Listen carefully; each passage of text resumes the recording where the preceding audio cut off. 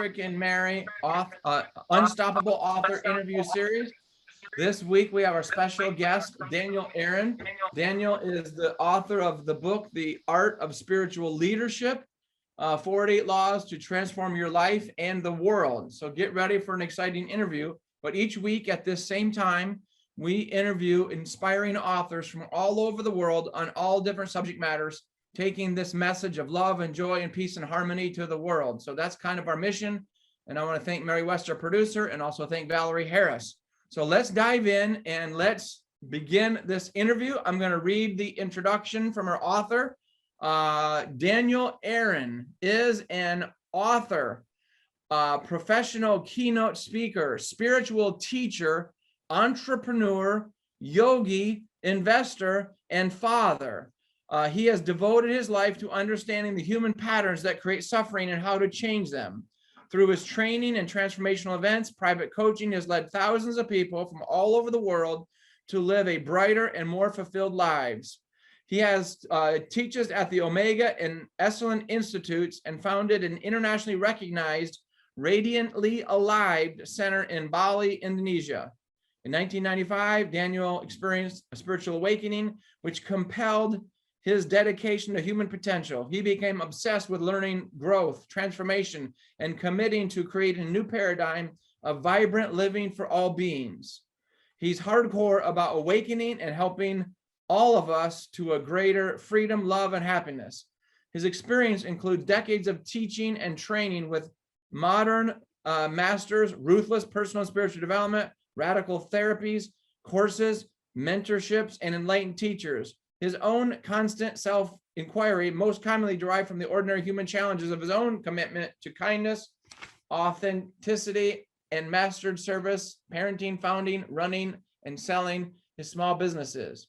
His reputation that he gets from powerful results for students and clients from all over comes from the depth of his own relentless evolution into his potential, uncanny perception into others, and massive love for all beings. He teaches and shares in a way that brings people to feeling deeply understood, accepted, inspired, and transformed. His speeches, workshops, and events guarantee participants raucous fun and meaningful breakthrough and multiple aspects in their lives according to their own definitions of success and happiness. Daniel creates environments where people can shine. In short, his mission and obsession is to help people turn their lives into art, into the masterpieces that shining reflection of the unique glory of their essence. He resides in Maui, Hawaii. So please welcome, without further ado, our guest today, Daniel Aaron. Thank you for having me on the show, Daniel. How are you doing? Patrick, thank you so much for reading that bio, and it's a great honor to be here with you. So I'm very grateful to get this chance. Thank you. Well, I want to kind of start in the beginning. You and I met 4 or 5 years ago when you moved to Maui. What prompted you to move here, and how did we connect? Who introduced us? We met through our common friend Mark Porteous, and what compelled me to move here was really for my daughter. She'd been living with me full time in Bali for 10 years. And her mother, who was from Maui and was living here, said she wanted to get more involved in our daughter's life. And it was just at the time when we were kind of looking all over the world for our next place to live. And so it just made it really obvious that that's what would support my daughter to have a consistent relationship with her mother. I love it. I love it. Well, let's start at the beginning. I'm super excited for this interview. Your book is amazing and incredible. I love the cover and this cover art. Talk about the globe that's hidden in the hidden balloon and the inspiration of your daughter helping you create this cover design. Yeah, thank you. Well, that was cool because what happened with in the process when I got the original designs back for the cover, I was disappointed. I got these designs and I was like, well, these are like stock photos and with, just the text on them. I could have done that. And my daughter was sitting there with me at the time. And then I realized pretty quickly, like, well, I guess that's my responsibility. I need to give them more direction. It's hard to hit a moving target, an invisible target. So then I was sitting there with her and I was thinking, well, what would be cool is like we got this hot air balloon lifting up metaphor going on. And what if it was like by doing that, we get the earth also is uplifting. And then my daughter, she was 12 at the time. She said, "Oh, I could draw that." Like, really? Oh, okay. And she did. And Yeah. so this is her first professional graphic design job. Yeah, and she hit it out of the park. It's a grand slam. I absolutely love it. It's like you're raising the consciousness of planet Earth as Earth grows. So that's incredible. That's what we're Very doing. good. So you mentioned in the introduction that you were introduced to spirituality in 1995. I understand you're born and raised on the East Coast. Talk us, just briefly about your childhood, and then how did you discover spirituality in, 25, 30 years ago, and how has it impacted your life? Yeah. Okay, cool. Thank you. Well, two main incidents. One was when I was, I think, about 3 years old. I remember standing in the front area of my family home. Inside the home, it was a lot of chaos. It was like that classic image of the wolf got in the hen house, and and it was just people yelling at each other and frustrated. And so I was outside, like, let me get away from that. And I was looking around, and just at that point, two or maybe three of our neighbors, like, this was 100 years ago when I was a kid, were coming back from work, and they parked in their driveway, and they got out of their cars with their briefcases and their slumped shoulders, and they walked into their houses. And I just remember looking at that and thinking, gosh, there must be more to life. This can't be what we came here for. Inside it was chaos and pain, and out here it was just I don't know, surviving. And then I got busy surviving my own childhood, forgot about that entirely. Then in my mid-20s, that aforementioned 1995 episode, I had no interest in spirituality. I was agnostic at best. I didn't have anything to do with new agey stuff.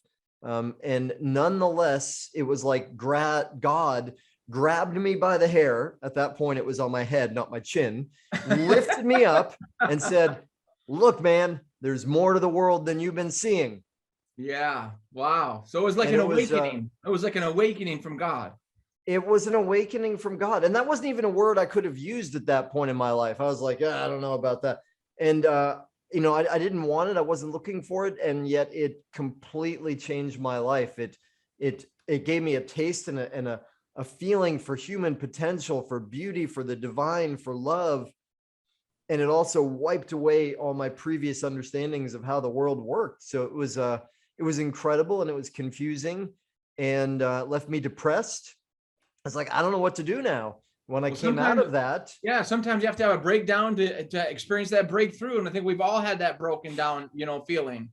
that's So how it. do you That's define, exactly it. so take us to the next steps as you're learning about this God being. Who is God, and what is God? And yeah, who is this being, this love? Talk about that as you're, experience this awakening. Yeah, sure. Thank you. Well, what I experienced in the midst of that was just a sense of harmony and peace and connection with all beings. And it was just so blissful and powerful.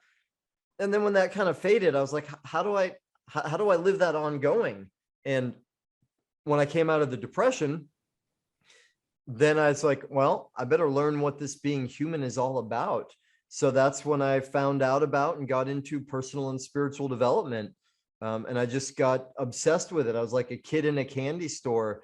I lived at a center, and they had all these, different courses, from meditation to yoga to African dancing to, writing from the left side of your brain to, just everything you could imagine. I was like, I want it all. Give it to me. So how do you define spirituality? Well, yeah, it's funny. I often speak with clients or potential clients, and they say, well, who do you work with? And I say, well, I work with spiritual folks who are craving more. And it's a bit silly because everybody's spiritual. I mean, if we're alive, if we're breathing, we are spiritual. And there are some folks that lean more overtly in that direction, that identify in that way in some way. they are people that usually have big hearts and visions and noble values, and and support. My definition of spirituality is it's in alignment with life, the increasing of life and love. In alignment with life and love. So that's spirituality. And now you've got this phrase, spiritual leadership. So let's take it to that next step. What does that mean? Yeah, thank you. It's both a brand new concept and, of course, a really old concept. Let's break it down. Leadership, right, is the ability to have influence upon, right? And so all of us are leaders because at the very least, we're leading ourselves. We're either doing it effectively or ineffectively. We're getting ourselves to do what we want to do or not. We're getting ourselves to feel how we want or not. So leadership is the ability, and then it extends from there to perhaps our immediate circle or our friends or our family or our community or organization, and then all the way up to governments and organizations on a national scale. So when you combine it with spiritual leadership, it says it's a kind of leadership that is in alignment with spirit, life, and love, with humanistic values, and is fed by, so a spiritual leader is somebody who's aspiring to go beyond their own conditioning, go beyond the tendency to react, to lead in such a way that it's uplifting to their constituents, if you will. Maybe it's also a process of unlearning some of the lies that we were taught early in our lives and then relearning our own truth based on new evidence. And we need to take that spiritual leadership role in our life because we have to welcome God into our life. We have to, pray, and we have to meditate, and we have to do these things. It just doesn't automatically happen. So that's what I love about your book. And later we're going to dive into some of these 40 laws, but I'm fascinated about Bali, Indonesia, and your experience there. I have a daughter-in-law, and my daughter-in-law and son Jacob, and her name is Tammy. She's actually from Bali, Indonesia, and she came to the U.S. on a tennis scholarship to play at University of Washington, and that's where she met my son. And so I haven't been to Indonesia yet. But how does a young kid from New England, from Boston area, find himself owning a spiritual retreat and yoga and leadership spirituality event center or in Bali, Indonesia? How did that happen? So take us through, your transformation from New England, USA living, being a typical American, to going off and discovering this path in Bali, Indonesia. And share that, because I find that fascinating that you had the guts to go after that dream and follow that intuition. Well, yeah, thank you. Yeah, and it really was much more the latter, the intuition, than the dream. And there are a couple turning points that got me there. One was when I had that, slap upside the head and realized, like, hey, I better figure out this being human thing, and got into the personal and spiritual development. And following that, I lived for, 18 years as a nomad, which, of course, all the spiritual teachers say that we should all be nomads, as in me nomad at you and you nomad at me. But I just went from place to place, from teacher to ashram to training to whatever I felt like was going to help me awaken to the next level. And this was all in the US before Bali? No. I traveled all over the world. I lived in Holland, in Spain, in Australia, New Zealand. It was like wherever I thought the next key was, the next piece that would help me to heal, grow, learn. And I never lived longer than a few months, really, maybe a year in a place during that whole period. Maybe every one of these stops were you learning one of your 40 spiritual laws that we'll talk about a little bit, and you had to travel the world to do that. It was very much like that. It's true. Yep. Okay, so on the end of this 18-year being nomad at no other people and nomadic living, Bali must have been one of your stops, and it must have been one of your last stops. Well, yes and no. What happened was I was at another event, a transformational event with an enlightened teacher. I was in California at Harbin Hot Springs, right? Beautiful, beautiful hot spring place. And we were in the midst of this very intense event. And I had one of those moments. I'm sure everybody watching now or on rebroadcast has had one of these moments where something happens and you know the rest is changed. And I remember it like it was yesterday. I was sitting next to this hot spring pool, and while I was sitting there, sitting in a lawn chair, an acorn fell from the tree above me, landed right in my lap. And in that moment, it was 5 things, an instant download, 5 things. And it was like God speaking to me saying, this, and this from now on is different. It goes this way. And one of those things was no more nomad, right? Time to get mad. No, time to put down roots. It's you've had enough of that period of your life. The next stage for you is to plant yourself. And I didn't have that knowledge then that, well, in order to create flowers, it's helpful to have roots. It's helpful to be planted. Right. Yeah, that's kind of important. It's an important part. Yeah. But I got the message. Time for you to put down roots. And then I spent 6 months saying, okay, but where? It's a big world. Right. And then I was actually visiting on Maui 6 months later, and I was talking to a friend on the phone, and he says, well, why don't you go to Ubud? I had never even heard of it. I only knew it was a place because of the context of the sentence. But as soon as he said it, why don't you go to Ubud? It was like, whew, I got those tingles go through my entire body. And I knew that was it. That was what was happening. 2 weeks later, I was on a plane, and then I lived there for 13 years. So Ubud is the name of a city in Bali. Correct. How do you spell that?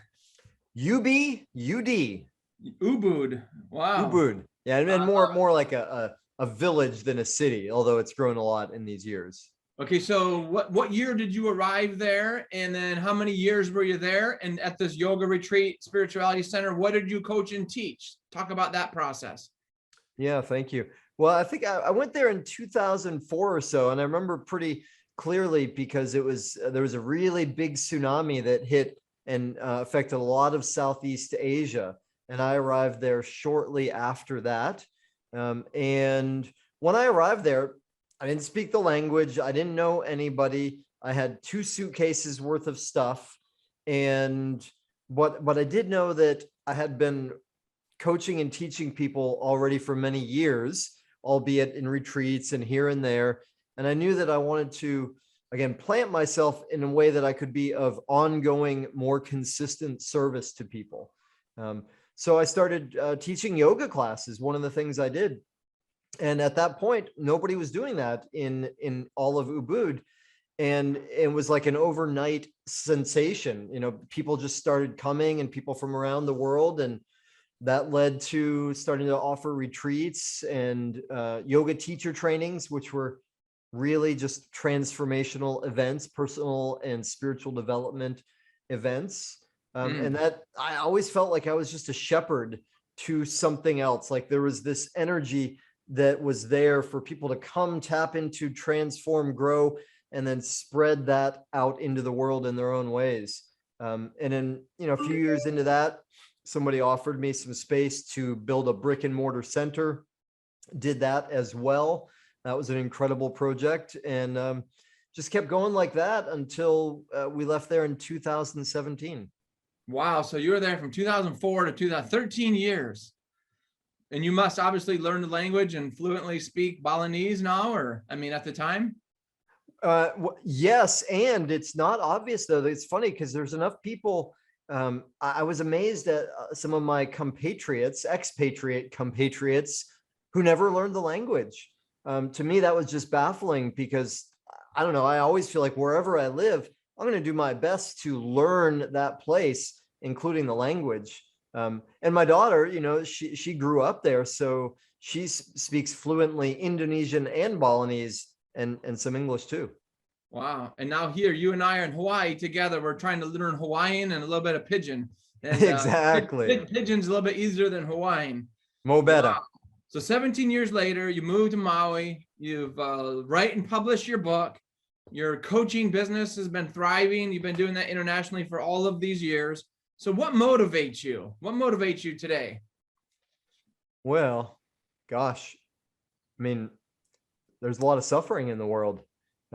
There's a lot of people not living the lives that they want. There's a lot of people, and especially spiritual people, that are in survival. One of my favorite quotations is, "There's nothing so sad as a broke philanthropist." And in a similar way, I feel like the spiritual people, the people that have these huge hearts and big visions, for them to be struggling in survival or working for somebody else when they want to be, sharing and teaching and giving their gifts to the world, well, that's just a shame. And ironically, though, a lot of the people that do identify themselves as spiritual, they often have challenges and blocks in the realms of business and finance. And that's one thing that I admire about you, is you're a very talented investor. You're into cryptocurrencies. You're very skilled in those areas, and you coach and teach that. And we maybe can talk about that at another time. But what are some of your favorite books that you read? It sounds like you're an avid reader. What are your favorite books, and what are you reading now? Well, favorite books. Okay, so goodness, right now I am reading. So what I typically do is I have 4 or 5 books that I read in the nonfiction realm, and then one in the fiction realm. I've been, interestingly, going back to school myself in a way. I've been reading a book called The Personal MBA, Okay. which is a fascinating book, because I got into business because I understand value, and I understand the concepts of business, but I never went to business school. So it's been fascinating for me reading this book and just getting some of these basic principles that people get when they go and get an MBA. So I'm loving reading that. I'm reading a book by Joe Dispenza right now, rereading a book called Becoming Supernatural. And I'm reading a hoot of a book in the fiction realm. Let's see if I can remember the name. One of the challenges with reading on Kindle is I so seldom see the cover. And I think it's called Temeraire. A story about dragons, funnily enough. And it's just a very sweet, gentle fantasy book. It's not a realm that I usually go into, and I'm quite enjoying it. Well, there's some kimono dragons over there in Indonesia that I'm sure you came across. So, so maybe that's why. It might be. So what motivated you to write The Art of Spiritual Leadership? What was the impetus, the main reason why this happened? Well, I guess one part, as you know well, is like somewhere in all of us, there's often a feeling of, I just got to do something, right? There's something that is part of my dharma. Humanity, to improve the world, meaning that's like what you're talking about. Well, there is that, but what I mean is just like everybody has a unique purpose or a destiny. And there's something that for all of us, and not just one thing, but many things, like, I just need to do this. And yes, the other part is also there. I was able to help a lot of people through my center and the coaching and the programs I ran. But then, of course, naturally comes the question of, well, what else? How can I reach more people? How can I support more people? And I really wanted to bring what we did in those live events to people anywhere in a way that they could access easily. And by access easily, I mean, like, yeah, pick up a book and put it down when you want, and it's not a very expensive thing, but also access easily in that it's mostly stories, right? Because I love stories. I love telling stories. I feel like stories are educational and transformative. And if people can pick up a book and read a story and not feel like it's hard work or they're having to study, well, for most people, it becomes a more enjoyable and more effective process. Very good. So what do you hope your readers get from it? Well, inspiration and transformation. Those are the biggest things. I hope people read the book and feel this sense that, I can do more in my life, right? I can live more of my dreams. I can serve other people more. I can contribute to the world becoming a better place. I hope that through that inspiration, then as they seep in the stories and maybe even do some of the exercises, that they get to overcome some of their own past limitations or limiting beliefs and really step into their potential. So we follow the guidance in your book and the 40 laws, and we do the exercises and we self-reflect. And then as a result of that, hopefully we end up achieving more success in our lives. So what does success mean to you? Well, that's a great question. And I love that you ask it, because that is something that is so personal and unique to everybody. It's like biochemical individuality. Nutrition needs are different for everybody. How someone defines success is different. The two things that come to mind for me, when I was a little boy, there was a magnet that hung on the fridge. Every house we went, somehow that magnet would be there. And it said, there is one success in life, and that is to live the life one chooses. Right. Christopher Morley, I think, said that. And then I love the thing that Jim Rohn said, and I really feel in alignment with, is that happiness, and therefore success, is making progress toward a goal that is worthy to you. Right. And that's part of why leadership is so powerful, because there's that old saying, if you want to go fast, go alone. If you want to go far, go with others. Right. So if we want to make radical progress toward the things that are meaningful to us, well, it's worthwhile developing some leadership skills and being cooperative and having more positive influence. Love it, love it, love it.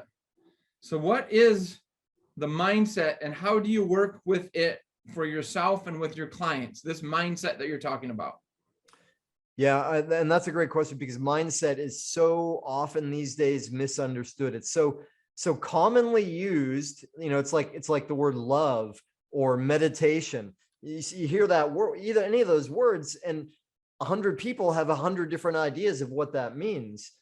So mindset is so powerful. And here's how I define it. Mindset is the combination of the brain in action as well as our emotional state.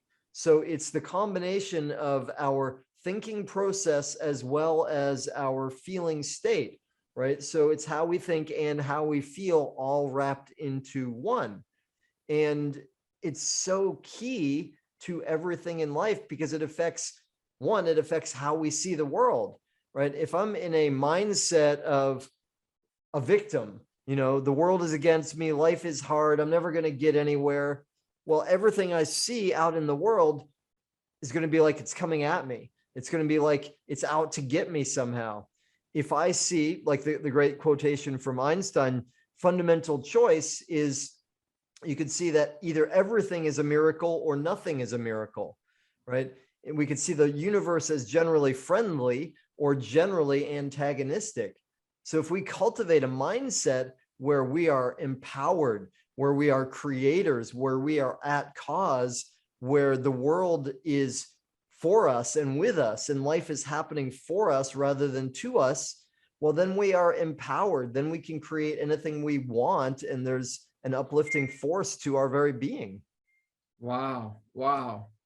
So once you create this mindset, what would you say are the top 3 skills needed to be successful? Perhaps as an author, an entrepreneur, a speaker, a coach, or in any endeavor. What are the skills needed? Well, I'll stick with mindset for a little bit. It's because mindset is not a static thing. Mindset is something that is changing all the time. So the first fundamental skill is to be able to work with our own mindset, or like we said earlier, to be able to lead ourselves. Because let's face it, I mean, being human, sometimes we get into a funk. Sometimes stuff happens and we don't want it to happen. And if we react and stay in that reaction, well, then we are a victim and we have no power in our lives, and it's impossible to be successful. So it's essential to be able to be aware of our own state, recognize it, and then change it to one that is more resourceful. Right. Beyond that, I would say having, and related to that, having I hesitate to use these words because it may sound, again, like something others define in a different way, but a set of, I'll say it this way, a set of positive practices or rituals that one utilizes in their life on a regular basis. Okay. The words I was avoiding before are spiritual practice, right? Yeah. Because that sounds a bit frou-frou for a lot of people. But it could be routine. It could be daily habits. It could be your daily actions, how your daily life is led. Yeah, I see where you're going. Exactly. It's like Aristotle said that who we are as a person is it's just the compilation of our habits, right? It's what we repeatedly do. Excellence or success, it's not an act, it's a set of habits that we do routinely. Wow, I love it. And then you have a third one, persistence, persistence. and related to persistence is faith. Because it's easy to be seduced by the world of our senses, the 3D world. In yogic terms, it's Maya, the illusion, right? When it seems like things are not working out, it's easy to say, oh no, things are not working out, to instead say things are always working out, and I am a creator. Everything that we have in our life, in our world, was first created as a thought. Sometimes it's easy to forget that because this illusion is very seductive and it seems very real. So developing faith and persistence and the ability to stay with our vision and desire is huge. Wow. Our guest today is Daniel Aaron. The book is titled The Art of Spiritual Leadership, 40 Laws to Transform Your Life and the World. And as you're listening, if you want to follow along online, you can visit danielaaron.com. Again, danielaaron.com. So in your book, you write that business and parenting are two of the most powerful spiritual practices. What do you mean by that? Well, yeah. If you look at it this way, meditating, and we just, whatever meditating means to you, it's not easy. I'm not going to say meditating is easy. You sit still, and whatever your practice is, it's probably got some challenge to it.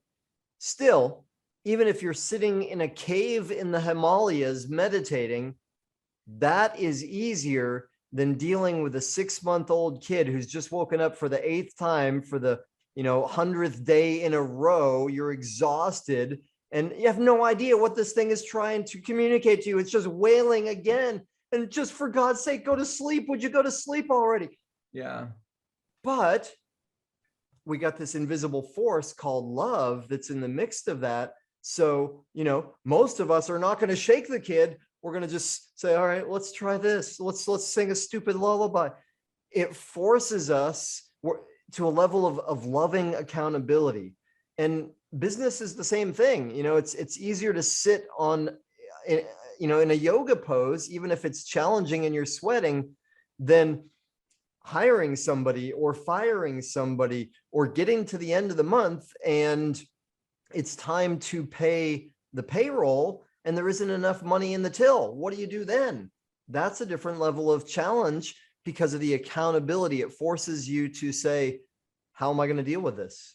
Wow. I love it. I love it. I'm just enthralled by all of this. I loved your book. I love what you do for humanity and for others. So, you're a successful investor, you're in cryptocurrency, you're a successful coach, you have clients all over the world. You've written this amazing book. For goodness sakes, you live in Maui, Hawaii. It doesn't get any much better than that. So what's a typical day look like for you? Well, it looks great. It looks beautiful, and that is one of the amazing things about living in a beautiful place is it's, the truth is we bring ourselves wherever we go. Anybody could be miserable in the midst of paradise or blissful in the middle of the inner city. That's possible. But it's a lot easier when I get to look out at the sun rising up over the ocean in the morning. But in terms of what you're asking about more directly, for me, the very first part of the day is always about those positive habits, rituals. I make sure my phone is on airplane mode for the first couple hours when I wake up, and I go into creation mode, right? I go into the mode of attending to spirit and saying, what do I want to experience and create in life? How can I be of service to the world?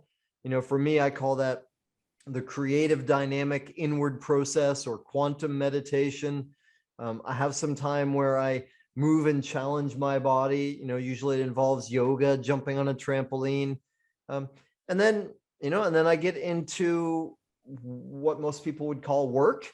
right? Which is different on different days. It might mean writing. It might mean working with clients. It might mean creating content. These days, I've been doing a lot of work for different social media platforms. So creating videos, writing articles, and then there's all the admin stuff that we get to do.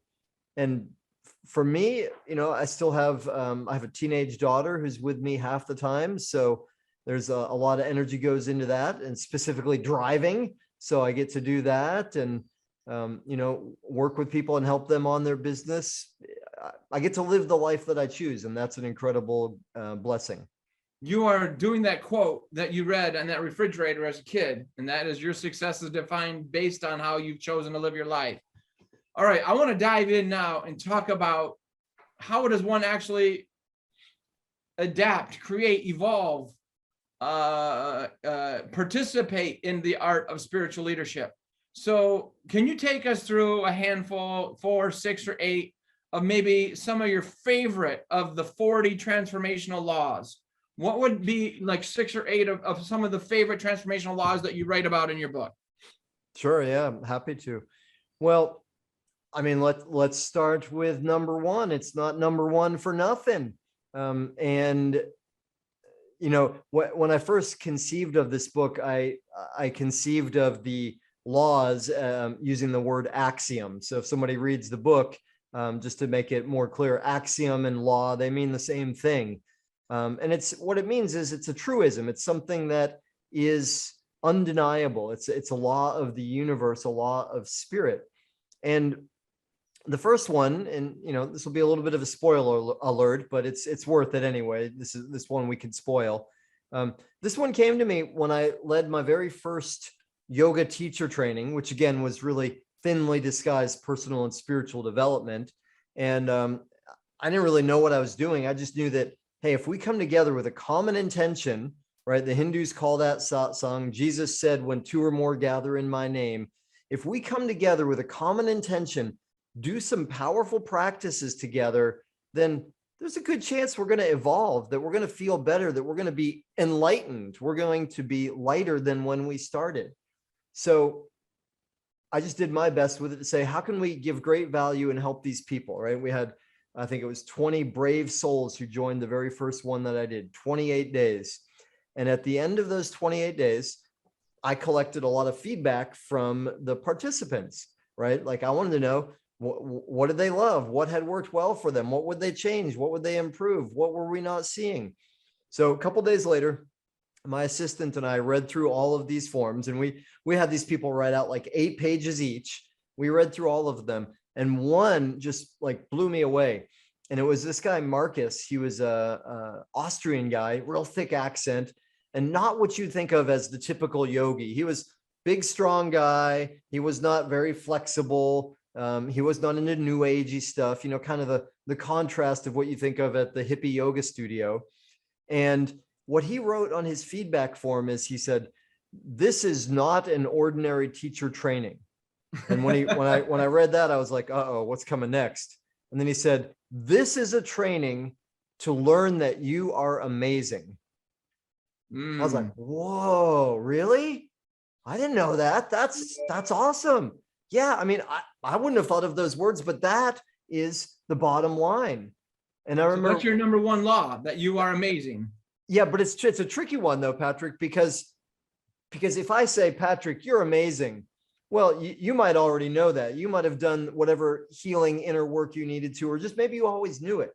But for most people, if you say, hey, you're amazing, well, that doesn't mean anything to them that I think they're amazing. They have to learn it for themselves. And that's what self-love is all about. Exactly. Yeah, exactly. Wow. I love it. That's a great number 1. All right. What's number 2, 3, up to 40? What are a few others? All right. Well, if you put it that way, I'm going to have to take a look myself at the back of the book and see where the whole list of them is. And yeah, pick up some of your favorites. Some of my favorites. All right. Here's one. This is number 15. When we ask for help and trust it will come, it always does. And here's how, well, I've learned that in many ways, but the primary way that I learned that was this was many years ago. I was living in Spain, and I happened to be working on a psychic fair. And that's a whole nother story unto itself. But I was offering astrology sessions on this traveling psychic fair. And my companions on this were very literally a group of chain smoking witches, right? For real. And I'm not exaggerating at all. One of them was this Brazilian woman named Regina. And I'd been working with these ladies for 3 months at this point. I think I'd had 2 words exchanged between Regina and I. And I'll be honest, she just scared me. Like, I looked at her and I was like, I don't know. She's like a force of nature. But this one day, we were at our little booths at this psychic fair, and it was really slow. We just didn't have many customers or clients coming. And so I'm sitting there in my little booth, sitting at my table, and I'm reading a book. And then I look up, and she's standing in the doorway. And she's like, and I had no idea that she even spoke any English. She said, "You read for me?" I was like, "Okay." So she came in, sat down, and I'm kind of freaking out inside. I'm like, "Oh my God, what can I do for this woman?" And then I was like, "So do you have a question, or is there a problem or an issue?" And she said, "Hay dos hombres." So she went to Spanish now. So there are 2 men, and I was Dos like, hombres. "Dos hombres." I'm like, "Okay, there are 2 There's men." a lot of And I'm reality like, TV, a lot of reality TV based on, dos hombres. exactly, a common drama. So I was like, "Okay, there are 2 men," and I was like, "Well, you want to say more?" And she said, "Well, I love them both." I was like, "Okay," and I was like, "And you have to choose between them?" She's like, "Yeah, that's it." I was like, "Okay," and now I'm freaking out even more. I'm like, how can I help her with that? But I'm like, I just had a little moment of prayer inside myself. I was working with tarot cards, and I was like, I gave her the cards, shuffled them, she put them down, and I put the cards out, in a way that I usually do. And my prayer was, the divine God, universe, higher selves, everybody, anybody that can help, please, I'm calling on you. Can you come here and give me something to share with this woman that's useful? Because I got no idea. And it was one of the weirdest experiences I've ever had in my life, because I started turning the cards over and words started coming out of my mouth, and I don't think I was saying them, right? And I started talking about the first man, and she's like, see, yeah, yeah. And I was like, okay. And then I started talking about the second man, and see. And I was like, the first one, you love him, he loves you, he's great with your kids. She's like, yeah, that's true. And then I was like, and the other one, that's very intense, huh? She's like, yeah. And I have no idea what I'm talking about. And then, I kid you not, this came out of my mouth, and I said, and with that one, when you have sexual interactions, the clock hands spin around, right? I don't even, but it wasn't like a metaphor. I meant that literally. I have no idea You were where like that came channeling. from. You were channeling spirit. You were channeling. Well, yeah, indeed, I was, but I had never done that before that I knew of, right? Yeah. And she, when I said that, she started crying, because yeah, literally that was true. And then I got to the point of like, so now I'm supposed to tell her which guy to go with, the one that's good for her children, or the one that makes the clock hands spin around. And I'm sitting there for another minute. So I said another prayer. I was like, please, Dios, help me know what to do here. And then suddenly it came clear. I was like, Regina, you know what to do, don't you? And then there was this moment of quiet. And then she had a little bit of crying again. And then she said, see. She stood up. She said, thank you. She went to the door. She looked at me once more. And then she left. And I knew in that moment, we would never speak about that again. It was like it never happened. We never did speak about it again. And I got just such a clear feeling inside myself. And that's why I wrote the axiom this way. When we ask for help and trust that it will come, it always does. So it's kind of like throwing it out, turn it over to God, to the universe, to spirit, to your angels, and then let that intuition, oversoul, inner guidance, channeling just come in, and it gives you the answers. That's brilliant. Okay, I like that one. Number 1 and number 15 are two of my favorites. We got time for two more of your favorites. All right. Okay, so here's a doozy that I think is just so powerful and so useful, though. Number 20. And I just got an opportunity to practice this one myself yesterday. If our immediate reaction to feedback is anger or denial, something valuable is in it for us. Right? I'll say it again. If our immediate reaction to feedback, in other words, if somebody gives us feedback or the universe gives us feedback, something doesn't go the way we want or something does go the way we want. If our immediate reaction is anger or denial, something valuable is in it for us. Wow. And part of what that means is when we get feedback, right? Somebody says, hey, I don't like the way you did that, or you're not good at that, or you're wonderful at that. If we get angry, say, no, that's not true. Well, that's a clear sign that it has touched a nerve because there is truth in it. Or if we deny, no, you got me wrong. There's truth in it. And part of how I came to realize that one very powerfully is I was living in a center in Holland, radical therapy center, and they had their what are called rules for dating, right? Because they put a lot of emphasis on interaction and intimacy. And the rules for dating, and they encourage people to date, simply means having an agreement to spend time with someone to have more intimacy. And so that could be going for a walk, or it could be going on a date, like we think of as in, going out and maybe sleeping together or maybe having sex or any of that. But the rules for dating were, 1, always go for your first choice. Which when I first heard that, I was like, well, yeah, of course. But then I thought about it more and I was like, ooh, that's a little bit scary. What if my first choice, I think is out of my league or likely to reject me? Okay, that's a bit scary, but okay, I'm here. I'll do what they say. I can play the game.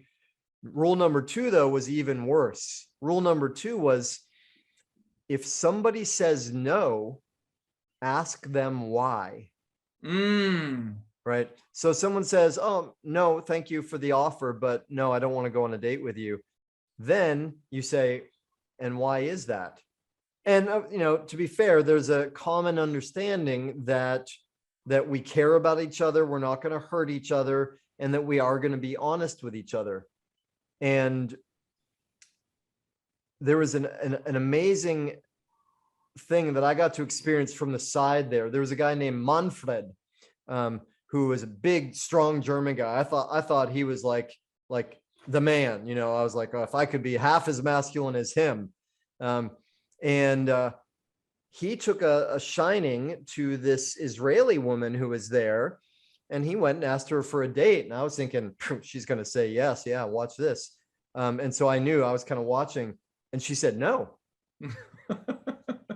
And I was like, oh shit, what's going to happen now? And then Manfred, good student, he says, why?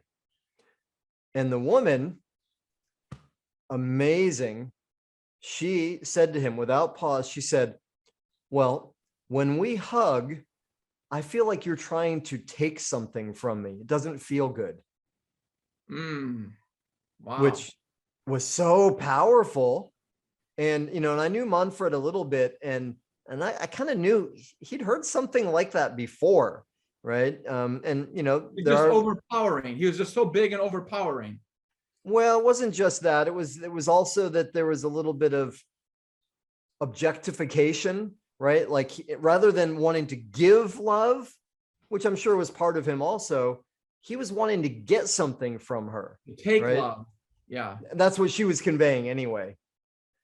And he really impressed me, though, in that moment, because he did what we were advised to do. And he said, thank you. That's it. He didn't argue. He didn't get mad. He said, thank you. Wow. And then I watched him over the next 2 days, and he really took it in, and he was kind of devastated because he hadn't admitted that to himself. But when he really took it in, he's like, I see that there is truth in that. And I don't like the way I've been affecting people, and I don't like the way people are perceiving me. And he really changed himself, like, almost overnight, because he got it. That feedback, he allowed it to come in, and it was like some kind of bitter medicine. It didn't feel good, yet it did its work in him. Wow. So the axiom, once again, though, is number 20. If our immediate reaction to feedback is anger or denial, something valuable is in it for us. Wow. Okay, we got time for one more quick one. All right. Another last axiom. And then the listeners and viewers just have to buy the book to get to the rest. Fair enough. Okay. Well, number 30, leverage, right? Leverage, using a lever, is the conscious use of both pleasure and pain. And part of what helped me to learn this, I learned this principle. I mean, we all know this in some way, but I really learned it powerfully from Tony Robbins, because he teaches an amazing process that's related to this. But then a story that really encapsulated it for me was a guy who was working with me as a trainer on my trainings in Bali told us this amazing story. He was a pretty big guy. He was going to college in New Zealand, and it was a typical college town. And it was a Friday night, and all the kids were out carousing and drunk. And my friend, I'll call him Frank, he was standing up on the porch of his house, and he had a bunch of female roommates. And these frat boys were walking by, and, just drunk, stupid frat boy college thing. And one of them started yelling at my friend, and, my friend yelled back kind of stupidly. And the next thing you know, this big guy was right up on the porch, and he was about to hit my friend, and my friend was like paralyzed, and in that moment, right next to him was his 4'11" housemate, who happened to be a woman. And she stepped in between my friend and the big guy that was about to hit him. And she said, "You leave here now, or you will wish you had." And the big guy was like, and he walked away. Wow. So my friend Frank was in a real pickle here, because on one level, he just got saved, and so he was grateful. But on another level, this little woman stuck up for him when he couldn't, and that was really humiliating to him. So he got both pleasure and pain in that moment, and he made a decision in that moment. And now he is one of the top martial artists in the world, because he decided in that moment, I'm never going to let that happen to me again. I'm going to learn how to take care of myself. I love it. I love it. Okay, so those are 4 laws or axioms to transform your life. And you're going to need to read The Art of Spiritual Leadership to learn the other 36. So how can our listeners pick up a copy of your book? Where's the best place for them to get it at? Well, there's this little bookstore I think people have probably heard of called Amazon. And certainly that works, but Barnes and Nobles, Kobo, you can go to the website for the book, which is theartofspiritualleadership.com. And you can get links to it from there. So those are all the usual places. Very good. And then as a coach, as a spiritual healer, trainer, financial investor coach, all of the above, do you offer a complimentary discovery call? And if so, how and where can people get a hold of you to schedule some time with you? Yeah, well, I love meeting people. And I do have a couple different programs where I work with people. And not everybody is a fit for those kind of programs, but I never know until I speak with someone. And I always love getting the chance to speak with someone, have a chat.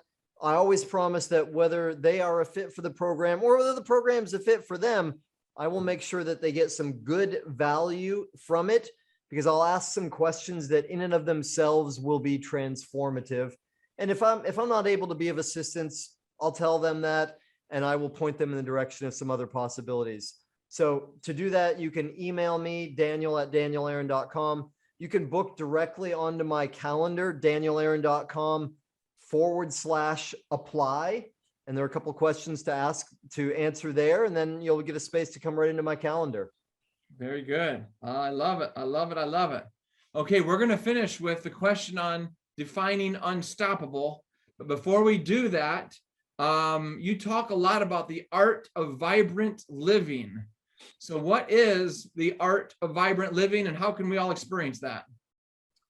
Well, the art of vibrant living, really it's the antidote to that 3-year-old moment I had that I described earlier, when I saw inside the house, like just anger and frustration and pain, and outside, just these people that were just getting by.